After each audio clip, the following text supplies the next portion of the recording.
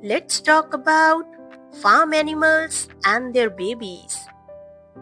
This is a cow, and the baby cow is called a calf.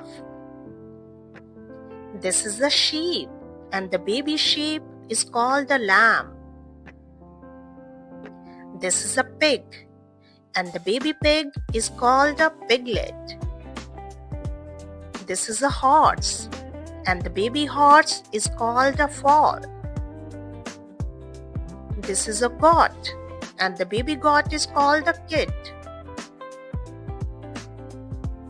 This is a chicken, and the baby of chicken is called a chick. This is a duck, and the baby of duck is duckling. This is a dog, and the baby of dog is puppy. This is a cat, and the baby of cat is kitten. Like, share, and subscribe.